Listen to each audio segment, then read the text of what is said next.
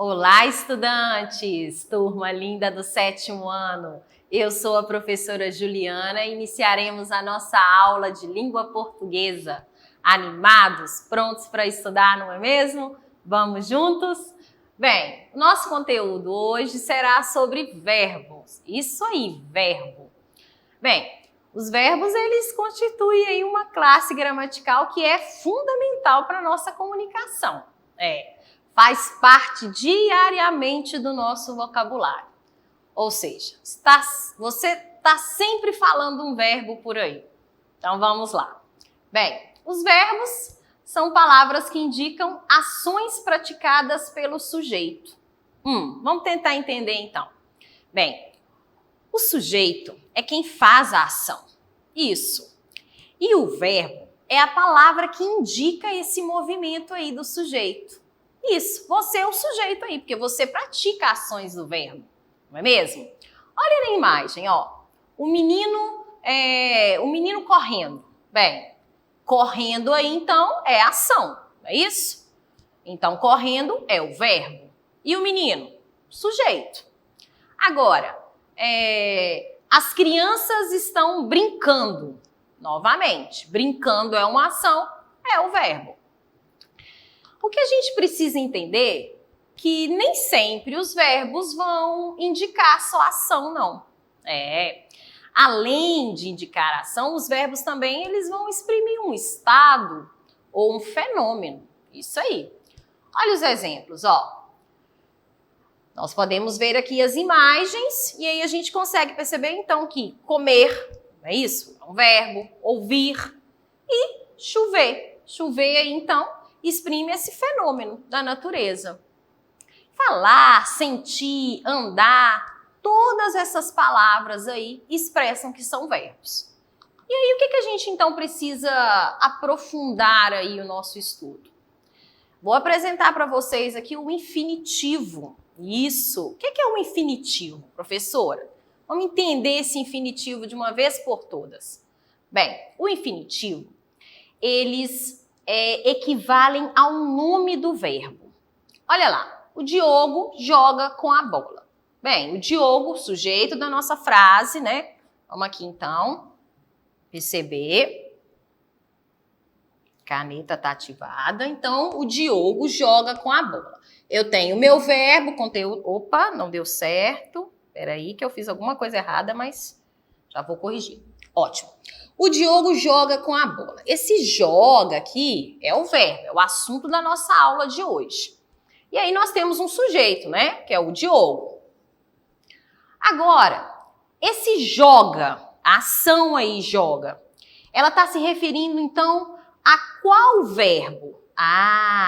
Joga indica que é da ação jogar. Então, jogar, o meu verbo se encontra na forma do infinitivo.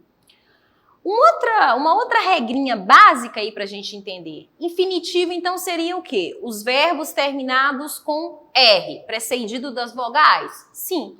Então, todos os verbos e aí que se encontrar com o R no final, será chamado da forma do infinitivo. Ele está no seu infinitivo. Vamos prosseguir e perceber o seguinte, que o infinitivo, né, nós tratamos aqui, que é o verbo jogar. Para que eu preciso entender, então, que existe o verbo lá no infinitivo? Porque ele vai estabelecer aqui a minha conjugação. Isso. É a partir do infinitivo que eu vou classificar a conjugação. Quando eu falo de conjugação, eu estou tendo aqui em consideração a terminação do infinitivo. E aí ela vai se agrupar de 3 formas. Eu tenho primeira conjugação, segunda conjugação e terceira conjugação. Como que eu vou observar? Os verbos terminados em AR, que é o caso cantar, jogar e saltar, serão da primeira conjugação. Pronto, fiz a organização. Os verbos de segunda conjugação serão aqueles terminados em ER ou OR. Isso, os de OR vão entrar aqui também na segunda conjugação. E os de terceira conjugação, terminados em IR. E aí eu trouxe exemplos, não é mesmo? Jogar, dançar, cantar, primeira conjugação. Segunda conjugação, eu tenho comer, correr, escrever. Terceira conjugação, sorrir, cair, sentir. Agora, falaremos sobre as flexões dos verbos. Isso, bem, dentre todas as classes gramaticais, a que mais apresenta flexões são os verbos. Isso aí, nós vamos desvendar todas elas aqui agora. Bem, precisa ficar claro que flexão é essa modificação que o verbo sofre para concordar com as outras palavras ali que estão se relacionando na frase com ele. E elas estão sempre relacionadas, ó, as flexões, elas estão relacionadas com a pessoa, com o número, com o modo, com o tempo e a voz. Então vamos lá, começando por pessoa. Quando eu falo de pessoa, né, eu estou falando de primeira, segunda e terceira. O que é isso que você está falando, professora? Seja mais clara. Então vamos lá. As pessoas aí, elas estão relacionadas com os pronomes pessoais. Isso. São aquelas pessoas que estão lá quando a gente fazia aquela conjugação. Eu, tu, ele, nós, vós, eles. Essas são as pessoas. E aí elas são classificadas em primeira, segunda e terceira, tá? Calma que já nós teremos aqui uma parte que está bem claro e aí a gente vai visualizar de uma melhor maneira. Então, quando eu trato de pessoa, eu estou falando dos pronomes pessoais. Existem 3 categorias para ela, primeira, segunda e terceira. Agora, quando eu falo em número, eu estou falando de uma forma que pode ser apresentada tanto no singular ou no plural. E o tempo? O tempo ele relaciona-se ao momento, né? Expresso aí pela ação verbal. Com aquela ideia de processo que ora está concluído, ou está em fase de conclusão, ou que ainda vai ser concluído. Tudo isso aí representa o quê? Essa questão que eu utilizei, né? De que vai ser concluído ou que já foi concluído. Está relacionado com o tempo, que são 3, né? Claro que assim, 3 básicos. É quando eu falo de presente, de passado e de futuro. É isso aí. Agora, quando eu falo de modo, eu estou tentando revelar aqui a circunstância, isso, do fato verbal que ocorreu ali, tá? O modo indica muito a forma como você quer transmitir aquela expressão. Agora, a voz verbal já é expressa aí pela relação entre o sujeito da frase aí, tá? Então, quando fala voz verbal, é a relação entre verbo e sujeito. Então, vamos lá. Aqui, nós vamos falar um pouquinho mais sobre aqueles pronomes que eu citei lá no início. Ó, quem são as pessoas do discurso, então? Bem, as pessoas gramaticais, elas vão variar, elas têm formas aí diferentes. Elas vão variando entre o singular e o plural. Quando eu falo de primeira pessoa do singular, eu estou falando do pronome eu.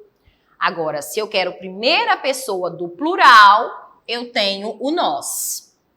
E segunda pessoa, singular tu, né? Que hoje, é claro, na nossa utilização oral, a gente acaba utilizando muito você, né? E o vós. De terceira pessoa, eu tenho singular ele, ela, e plural eles e elas. Então, percebam que essas é uma das flexões aí do verbo. É uma das variações que ele vai apresentar. Agora, os verbos, eles são classificados também em 4 formas aqui. Vamos lá entender cada uma delas. Nós podemos classificar como regular, irregular, anômalo ou defectivos. Quando eu falo de regulares, são aqueles cuja flexão não provoca nenhuma modificação nos radicais. Ou seja, a conjugação não altera as terminações. O exemplo do verbo cantar, né? Canto, cantei, cantavam, cantarão. Percebam que esse radical do cante, ele não modifica, apesar de eu fazer as flexões. Quando eu falo já de verbo irregulares, eu já estou falando de verbos que sofrem alterações no seu radical. Ele não obedece uma lei. Olha o exemplo, ó. Faço, fazia, fiz, fizesse, farei. Perceberam? Não consigo identificar o radical. O radical, ele modifica, né? Então, quando eles são assim, eles são chamados de irregulares. Agora, temos também os verbos anômalos. É um termo diferente, né, professora? Mas a gente vai aprender também. Anômalos, olha lá. Esses verbos aqui, a classificação deles é da seguinte maneira. São aqueles verbos que passam por grandes alterações nos radicais. No momento em que ele está sendo conjugado, no momento em que ele está sendo flexionado lá com os pronomes, dentro dos tempos e dos modos, ele modifica tanto que você não consegue encontrar o radical do verbo. E aí, professora, quem são esses então? É o verbo ser, o verbo ir. É muito claro, a gente não consegue manter um padrão para eles. Eles modificam muitos. Eles são chamados de verbos anômalos. Por exemplo, assim, quando eu falo, eu sou, né, eu era, né, eles são, nós somos, né, modifica tanto que a gente não consegue nem lembrar qual que é a forma normal. Todos aí é o verbo ser, né? E a alteração é enorme. E os defectivos? Defectivos. Vem da palavra defeitos, isso aí. Tenho certeza que você conseguiu relacionar. O que tem, então? Quais são esses tipos de verbos, então? Bem, esses verbos, eles não têm uma conjugação incompleta. Eles não têm uma conjugação completa, ou seja, eles são incompletos. Acho que eu me confundi aqui, mas eu vou restabelecer aqui para vocês. Os verbos defectivos, eles não têm conjugação completa, ou seja, eles não são conjugados em todas as formas. Isso aí. Existem alguns pronomes que não tem como ser conjugado com ele. Não dá certo, não tem uma fônica perfeita, né? Exemplos deles, já nós vamos falar mais um pouquinho até o final da nossa aula sobre eles, mas um exemplo, assim, né, claro, é o verbo falir e o verbo colorir. Eles não podem ser conjugados com todos os pronomes e nem em todos os tempos verbais. Agora, a gente vai falar de verbos de ligação. Isso. Bem, os verbos de ligação, eles vão indicar, não vão indicar ação, não. Eles vão indicar um estado. Eles têm uma função de ligar uma característica ao sujeito. Isso. Percebam. Ser, estar, ficar, tornar-se, andar, parecer, continuar, encontrar-se e permanecer. Então, esses são alguns dos verbos de ligação. Bem, vamos tentar aqui observar o sentido, né, que o verbo de ligação trouxe aqui dentro dessas frases. Então, vamos lá. Esta criança é obediente. Bem, a gente pode aqui, então, perceber que esse é um verbo de ligação. Ele estabelece aí o quê? Ele indica, não é mesmo? A forma como esse obediente, tem uma referência aqui com esse sujeito criança. E aí, o mais interessante é que ele indica que é um estado permanente. A criança é obediente. Perceberam? Agora, ele permaneceu calado. Novamente, eu tenho o meu verbo de ligação, permaneceu, que vai estabelecer essa ideia, né, de uma transmissão de continuidade, né? Permaneceu, é o estado, não é mesmo? E novamente eu tenho aqui o calado, que fez uma relação com o sujeito ele. Tá vendo? O próprio nome diz, né? Ele é de ligação, ou seja, ele vai ligar aqui, não é? Geralmente uma característica, um adjetivo ao meu sujeito. Ela se tornou um exemplo de vida. Também, tornou, né? É um verbo de ligação. Ela parece feliz com os resultados, parece. Perceberam as ideias? Quando eu falo tornou, já é uma mudança de estado. Já quando eu falo ela parece, já indica esse momento aí de um estado circunstancial, né? Ela parece feliz. Então, assim, foi os verbos de ligação aqui que nós podemos observá-los. Agora é momento, então, do você sabia. Momento de ampliar aí esse conhecimento. Vamos lá, então, qual é o você sabia de hoje? Você sabia vai trazer, então, o verbo colorir. Eu estava ansiosa para falar desse assunto com vocês, estudantes. Muito ansiosa. É muito comum a gente ouvir esse verbo colorir por aí. E aí aqui nós vamos tratar então um pouco mais sobre esse verbo. O verbo colorir é um verbo defectivo. Lembra que eu falei com vocês? Defectivo vai apresentar um pequeno defeito aí, ou seja, ele não vai ser conjugado com todas as pessoas e nem em todos os tempos. E aí, o que a gente precisa entender? Que essa forma verbal que nós escutamos por aí, que é coloro, não existe no verbo colorir. Isso mesmo. E o colora os desenhos a seguir? Totalmente incorreta. Também não existe. Então, por que não existe, né, professora? Vamos tentar, então, esclarecer mais ainda. Olha lá, eu coloquei aqui para você, os pronomes pessoais. E aí, de cara, eu já risquei para você apagar da sua mente. Eu, coloro? Não tem. Não dá para conjugar. Simplesmente porque ele é defectivo, ele não pode ser conjugado na primeira pessoa do singular. Quem é primeira pessoa do singular, professora? Aqui, o eu. O eu é a primeira pessoa do singular. Ficou muito ruim essa letra, hein? Vamos tentar melhorar? Não, vamos apagar. Então, vamos lá, apagar, que eu vou fazer o racha. Vamos ativar de novo a caneta, Eu. Agora sim. Ninguém merece uma letra aí, né? Bem horrorosa que ninguém entenda. Então, esse eu aí é a primeira pessoa do singular e o verbo colorir não pode ser conjugado. Só que não é só o verbo colorir, não.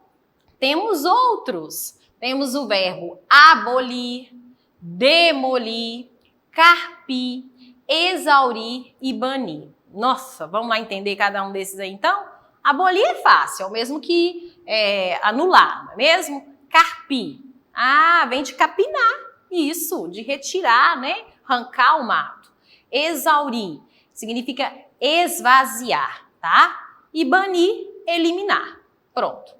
E é isso. Você então precisa dar um comando, né, para a pessoa colorir. Como que você vai dizer então? Aí, olha o exemplo, a sugestão.